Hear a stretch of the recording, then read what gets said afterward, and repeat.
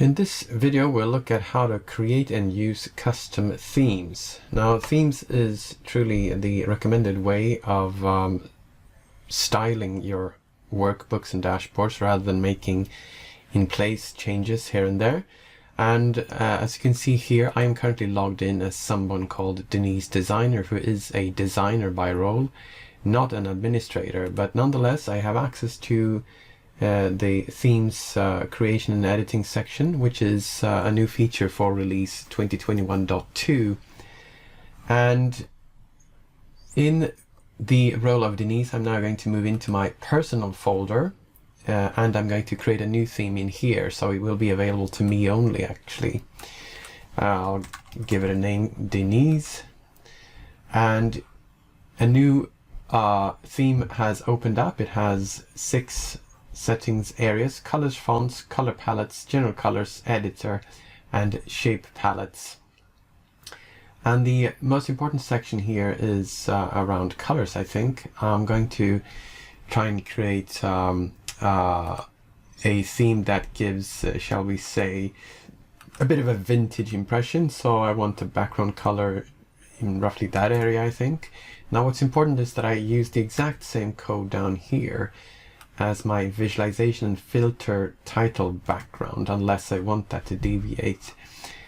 For the foreground, which is going to be, well, basically the text and so on, I think I want to find something in the brownish area, so I'm just going to settle for that right now. Likewise, I want to copy that color value down here to the foreground of the visualization and filter title. But with that, I think I'm all set. I'm going over to fonts, and here I want to use one of the custom fonts that has been uploaded to this server, and I happen to know that it's called Veteran Type Writer. So I'm entering that here, and I'm duplicating that font name into all of the settings here because I want to use the same font all over. I happen to know that that font is somewhat small, so I'm going to make the default size 16. But other than that, I'm good. Going over to color palettes, I just want to change some default. So I want the coffee bean text color palette to be my default. And if we look at diverging color palettes, I think I might want to change the default from red, white, blue, brown, white, petrol, as a matter of fact. Yeah.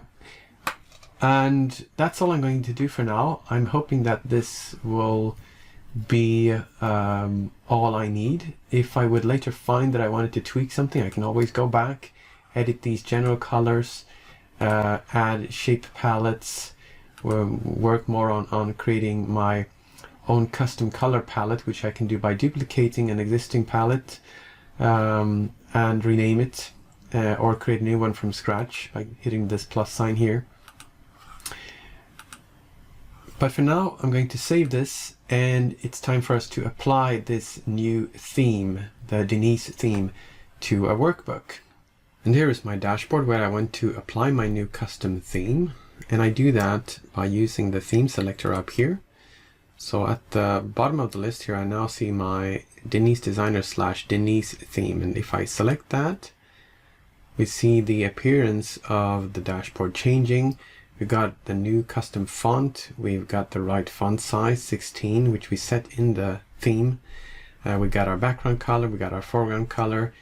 We got the default text color palette changing. And we also have the numeric color palette that we set in the theme.